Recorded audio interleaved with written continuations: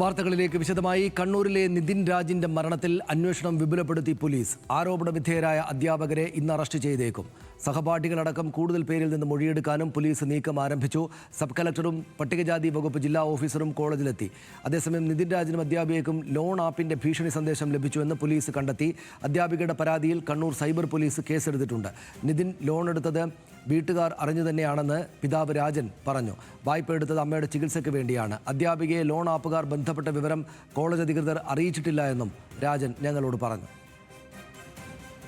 എൻ്റെ ഭാര്യ ഹോസ്പിറ്റലിലും മെഡിക്കൽ കോളേജിലും പട്ടപ്പാറ എസ്യൂറ്റിയിലും അപ്പോൾ അവൻ്റെ ഭാഗത്തു നിന്ന് എൻ്റെ അമ്മയെ സഹായിക്കണമല്ലോ എന്നും പറഞ്ഞ് ആപ്പെടുത്ത് എൻ്റെ കൂടെ പറഞ്ഞാൽ അപ്പോൾ അച്ഛൻ ഇങ്ങനെ ഞാൻ ചെയ്തിട്ടുണ്ടെന്ന് പറഞ്ഞു. മോൻ ചെയ്തോ എന്ന് പറഞ്ഞ്, കാരണം നമുക്ക് ഒരുപാട് പൈസയുടെ ആവശ്യങ്ങളുണ്ടായിരുന്നു.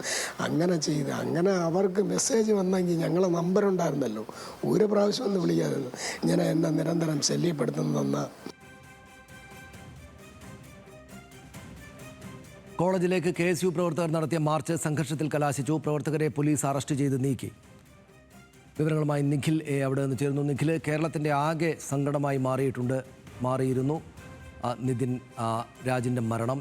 അത് വലിയ ജാതി അധിക്ഷേപത്തെ തുടർന്നാണ്.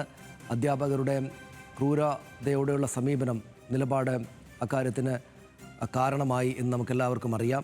ഇപ്പോൾ എന്താണ് അവിടെ സംഭവിക്കുന്നത്? പോലീസ് പുതുതായിട്ട് എന്തൊക്കെ കാര്യങ്ങളാണ് കണ്ടെത്തിയിരിക്കുന്നത്?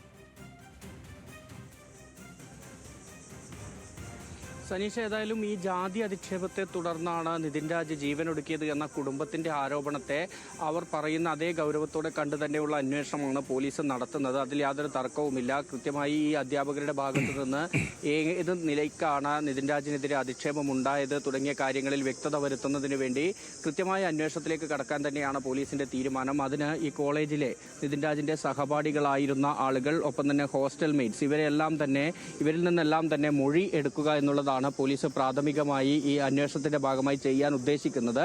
പക്ഷേ ഈ സഹപാഠികളിൽ പലരും ഇപ്പോഴും ഇത്തരത്തിൽ ഈ പോലീസിനൊരു മൊഴി നൽകേണ്ടുന്ന മാനസികാവസ്ഥയിലല്ല എന്നുള്ളതാണ് സിറ്റി പോലീസ് കമ്മീഷണർ പറയുന്നത്. അതുകൊണ്ട് അവർ ആ ഒരു കംഫർട്ട് സോണിലേക്ക് വരുന്ന സമയത്തോടു കൂടി അവരിൽ നിന്ന് വിവരങ്ങൾ ശേഖരിക്കാനാണ് തീരുമാനം. അതിനൊപ്പം തന്നെ ഈ 7 അംഗ അന്വേഷണ സംഘത്തിലെ ഒരു സംഘം തിരുവനന്തപുരത്തേക്ക് പോയിട്ടുണ്ട്. അവർ അവിടെ നിന്ന് ഈ കുടുംബത്തിന്റെ വിശദമായ മൊഴി ഇക്കാര്യത്തിൽ രേഖപ്പെടുത്തുകയും ചെയ്യും.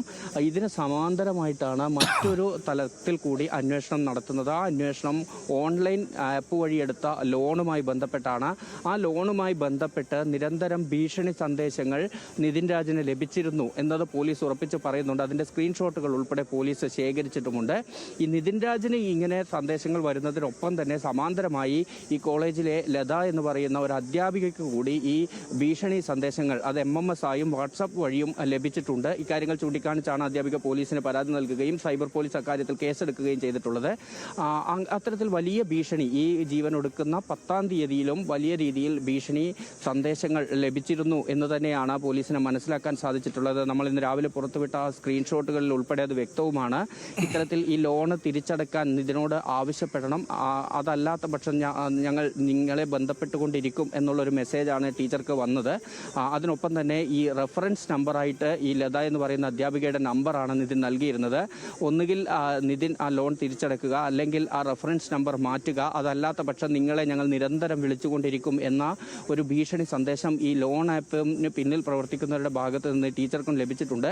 ഇക്കാര്യങ്ങൾ പ്രിൻസിപ്പൽ ഉൾപ്പെടെയുള്ളവർക്ക് അറിയാമായിരുന്നു, അവരെ അറിയിച്ചിരുന്നു ഈ ടീച്ചർ എന്നതാണ് നമ്മൾ മനസ്സിലാക്കുന്നത്. അതിന് പിന്നാലെ നിതിനെ ഈ പ്രിൻസിപ്പൽ വിളിപ്പിച്ചിരുന്നു എന്നതുകൂടി നമുക്ക് ഈ ഘട്ടത്തിലൊരു വിവരം ലഭിക്കുന്നുണ്ട്. അതിനുശേഷം എന്ത് സംഭവിച്ചു, ഈ പ്രിൻസിപ്പലിന്റെ മുറിയിൽ എന്ത് സംഭവിച്ചു തുടങ്ങിയ കാര്യങ്ങളിലാണ് ഇനി വ്യക്തത വരേണ്ടത്. ഏതായാലും പോലീസ് ആ നിലയ്ക്ക് കൂടി അന്വേഷണം നടത്തുന്നുണ്ട്. അതായത് ഇതിന്റെ 2 വശങ്ങളും കൃത്യമായി അന്വേഷിച്ച് ഒരു നിഗമനത്തിലേക്ക് എത്തുക എന്നുള്ളത് തന്നെയാണ് പോലീസിന്റെ നീക്കം. ആ നിലയ്ക്കാണ് അന്വേഷണം മുന്നോട്ട് പോവുകയും ചെയ്യുന്നത്. ഏതായാലും വലിയ രീതിയിലുള്ള പ്രതിഷേധമാണ് അഞ്ചരക്കണ്ടി ഡെന്റൽ കോളേജിന് മുന്നിൽ നടക്കുന്നത്. രാവിലെ KSUവിൻ്റെ നേതൃത്വത്തിൽ വലിയ പ്രതിഷേധമാണ് അരങ്ങേറിയത്. ഈ പോലീസ് ഇവിടെ വലിയ സുരക്ഷാ സംവിധാനങ്ങളൊക്കെ ഒരുക്കാൻ ബാരിക്കേഡ് ഉൾപ്പെടെ കൊണ്ടുവന്ന അത് സ്ഥാപിക്കാനുള്ള ശ്രമം നടക്കുന്നതിന് ഇടയിലാണ് KSUവിൻ്റെ ജില്ലാ പ്രസിഡന്റ് MC അതുൽ, സംസ്ഥാന നേതാക്കളായ ഫർഹാൻ മുണ്ടേരി, മുഹമ്മദ് ഷമ്മാസ് തുടങ്ങിയവരുടെ നേതൃത്വത്തിൽ 10-15ഓളം പ്രവർത്തകർ ഇവിടത്തേക്ക് എത്തുന്നത്. അവർ കോളേജിനകത്തേക്ക് പ്രവേശിക്കാൻ ശ്രമിച്ചു. പോലീസ് അവരെ അവിടെ തടഞ്ഞു. അവിടെ കുത്തിയിരുന്ന വലിയ രീതിയിലുള്ള മുദ്രാവാക്യം വിളിയൊക്കെ നടത്തുന്നത് നമ്മൾ കണ്ടതാണ്. അതിനുശേഷം അവർ അവരെ അറസ്റ്റ് ചെയ്ത് നീക്കാൻ പോലീസ് ശ്രമിച്ചതോടുകൂടിയാണ് വലിയ സംഘർഷത്തിലേക്ക് പോയത്. വനിതാ പ്രവർത്തകരെ പോലീസ് വലിച്ചിഴച്ച് കൊണ്ടുപോയി എന്നാരോപിച്ച് പോലീസും പ്രവർത്തകരും തമ്മിൽ വാക്കേറ്റമുണ്ടായി. അത് മാത്രമല്ല KSUവിൻ്റെ ജില്ലാ പ്രസിഡന്റ് MC അതുലിനെ പോലീസ് വാഹനത്തിലേക്ക് കയറ്റുന്നതിൻ്റെ വസ്ത്രങ്ങൾ മുഴുവനും ഇല്ലാതാവുന്ന ഒരു അവസ്ഥയിലേക്ക് വരെ പോകുന്നത് കണ്ടതാണ്. അതും വലിയ പ്രതിഷേധത്തിനിടയാക്കി. ഏതായാലും വലിയ പ്രതിഷേധങ്ങൾക്കാണ് വിവിധ സംഘടനകൾ ഇന്ന് അഞ്ചരക്കണ്ടി ഡെന്റൽ കോളേജിന് മുന്നിൽ ആഹ്വാനം ചെയ്തിരിക്കുന്നത്. DYFIയും SFIയും എല്ലാം തന്നെ ആ പ്രതിഷേധ പ്രകടനം നടത്തുമെന്ന് അറിയിച്ചിട്ടുണ്ട്. ഒപ്പം BJP, മഹിളാ മോർച്ച തുടങ്ങിയ സംഘടനകളും പ്രതിഷേധവുമായി എത്തും. ഈ പ്രതിഷേധ ഇതിനകത്ത് ഈ അധ്യാപകരുടെയും കോളേജ് അധികൃതരുടെയും എന്തെങ്കിലും വിശദീകരണം ഇതുവരെ ലഭ്യമായിട്ടുണ്ടോ? പോലീസിന് മൊഴി കൊടുത്തതിൽ പറയുന്ന കാര്യങ്ങളല്ലാതെ അവർ മാധ്യമങ്ങളോട് സംസാരിക്കാൻ എന്തെങ്കിലും തയ്യാറാകുമോ? പ്രത്യേകിച്ചും ഇവരിപ്പോൾ സ്വാഭാവികമായിട്ടും ഈ ആരോപണ വിധേയരായിട്ടുള്ള അധ്യാപകർ എന്തായാലും സംസാരിക്കാൻ സാധ്യതയില്ല ഈ ഘട്ടത്തിൽ. പക്ഷേ ഇവിടെ ആ കോളേജിൽ ഇത്രയും സങ്കടകരമായിട്ടുള്ളൊരു വലിയ സംഭവം ഉണ്ടായിട്ട് അവരുടെ ഒരു വിദ്യാർത്ഥി ഈ നിലക്ക് അങ്ങേയറ്റം വലിയൊരു ദുരന്തത്തിലേക്ക് സ്വയം ജീവനെടുക്കുന്ന നിലയിലേക്ക് പോയിട്ട് നാടാകെ ചർച്ച ചെയ്യുമ്പോൾ സ്വാഭാവികമായിട്ടൊരു വിശദീകരണം നൽകുക എന്ന അവരുടെ ഉത്തരവാദിത്തമല്ലേ? അവർ അതിലേക്ക് വരാനിടയുണ്ടോ ഇന്നോ വരും ദിവസങ്ങളിൽ എപ്പോഴെങ്കിലും ഈ കോളേജിൻ്റെ അധികൃതർ? സനീഷ്, തീർച്ചയായും അങ്ങനെ തന്നെയാണ് നമ്മൾ പ്രതീക്ഷിക്കുന്നത്. കോളേജ് അധികൃതരുടെ ഭാഗത്തു നിന്നുള്ള പ്രതികരണം ഇന്നുണ്ടായേക്കുമെന്ന് പ്രതീക്ഷിക്കുന്നുണ്ട്. പക്ഷേ ഈ വലിയ രീതിയിൽ പ്രതിഷേധങ്ങളൊക്കെ നടക്കുന്ന സാഹചര്യത്തിലാണ് അധ്യാപകരിൽ പലരും അത്തരത്തിൽ ഇപ്പോൾ ഇങ്ങനെ ഈ കോളേജ് ക്യാമ്പസിനകത്ത് നിന്ന് പുറത്തേക്ക് വരികയോ മാധ്യമങ്ങളോട് സംസാരിക്കാൻ തയ്യാറാവുകയോ ചെയ്യാതെ ഇരിക്കുന്നത്. അധ്യാപകരുടെ അല്ലെങ്കിൽ പ്രിൻസിപ്പൽ ഉൾപ്പെടെയുള്ള ആളുകളുടെ പ്രതികരണം ഇന്നുണ്ടായേക്കുമെന്ന് തന്നെയാണ് നമ്മൾ പ്രതീക്ഷിക്കുന്നത്.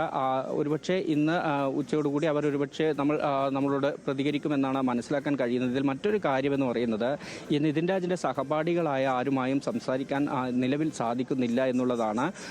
അത്തരത്തിൽ അവരെ നമുക്ക് കണ്ട് സംസാരിക്കാൻ പറ്റുന്ന ഒരു സാഹചര്യം ഇപ്പോൾ ഉണ്ടായിട്ടില്ല. അങ്ങനെയെങ്കിൽ അവരോട് സംസാരിക്കുമ്പോൾ ഒരുപക്ഷെ കൂടുതൽ എന്താണ് ഈ ദിവസങ്ങളിൽ സംഭവിച്ചത് എന്നുള്ളതിലൊരു വ്യക്തത വരും. മാത്രമല്ല ഈ അധ്യാപകർക്കെതിരെ ഉയരുന്നത് രൂക്ഷമായ ആരോപണങ്ങളാണ്, ഗുരുതരമായ ആരോപണങ്ങളാണ്. ജാതി അധിക്ഷേപം നേരിട്ടു. മാത്രമല്ല ഇപ്പോൾ ഇന്നലെ പുറത്തു വന്ന നിതിൻ രാജിൻ്റെ വോയിസ്, ആ ഒരു ശബ്ദ സന്ദേശത്തിൽ പറയുന്ന കാര്യം ഈ ക്ലാസ് റൂമിൽ വെച്ച് മറ്റ് സഹപാഠികളുടെ മുന്നിൽ വെച്ച് വലിയ രീതിയിൽ ആക്ഷേപിച്ചു.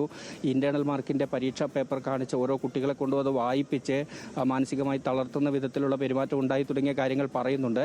അതിലും പോലീസിൻ്റെ അന്വേഷണം നടക്കുന്നുണ്ട്. കാരണം ഈ ശബ്ദ സന്ദേശം എപ്പോഴാണ് ഈ സുഹൃത്തിന് ഇത് അയച്ചത് എന്ന കാര്യത്തിൽ പോലീസ് അന്വേഷണം നടത്തുന്നുണ്ട്. നമുക്ക് പ്രാഥമികമായി മനസ്സിലാക്കാൻ കഴിയുന്നത് ഈ ജീവൻ ഒടുക്കുന്ന 10-ാം തീയതിക്ക് അടുപ്പിച്ച ദിവസങ്ങളിലല്ല, ഏകദേശം ഒരു മാസം മുൻപുള്ള ഒരു ശബ്ദ സന്ദേശമാണ് അത് എന്നതാണ് നമുക്ക് മനസ്സിലാക്കാൻ കഴിയുന്നത്. പോലീസ് അക്കാര്യത്തിലും വിശദമായ അന്വേഷണം ഇപ്പോൾ നടത്തുന്നുണ്ട്. ഏതായാലും സനീഷ് ചോദിച്ചതുപോലെ കോളേജ് അധികൃതരുടെയും ഒപ്പം തന്നെ നിതിൻ രാജിൻ്റെ സഹപാഠികളുടെയും ഒക്കെ പ്രതികരണവും ഇതിൽ വളരെ പ്രധാനപ്പെട്ടതാണ്. പ്രത്യേകിച്ചും ഈ അധ്യാപകർക്കെതിരെ ഇത്ര ഗുരുതരമായ ആരോപണം നിലനിൽക്കുമ്പോൾ ഈ ഡോക്ടർ MK റാമും സംഗീത നമ്പ്യാരും ഉൾപ്പെടെയുള്ള അധ്യാപകരുടെ ഭാഗത്തു നിന്ന് അത്തരത്തിൽ നിരന്തരമുള്ള പ്രശ്നങ്ങൾ ഉണ്ടായിട്ടുണ്ടോ എന്ന് മറ്റു കുട്ടികളോട് കൂടി ചോദിക്കേണ്ടതുണ്ട്. പക്ഷേ നിലവിൽ നമുക്ക് അവരിൽ നിന്ന് പ്രതികരണം തേടാൻ പറ്റുന്ന ഒരു സാഹചര്യമല്ലാത്തതിനാലാണ്. അവരുടെ പ്രതികരണം വരുമ്പോഴാണ് ഒരുപക്ഷെ അത്തരത്തിൽ ഈ അധ്യാപകർക്കെതിരായ ആരോപണത്തിൻ്റെ നിജസ്ഥിതി, അതിലെ എത്രത്തോളം ഗുരുതരമാണ് അവരുടെ പെരുമാറ്റം തുടങ്ങിയ കാര്യങ്ങളിലൊരു വ്യക്തത വരിക. നന്ദി നിഖിൽ, വിവരങ്ങൾക്ക് കൂടുതൽ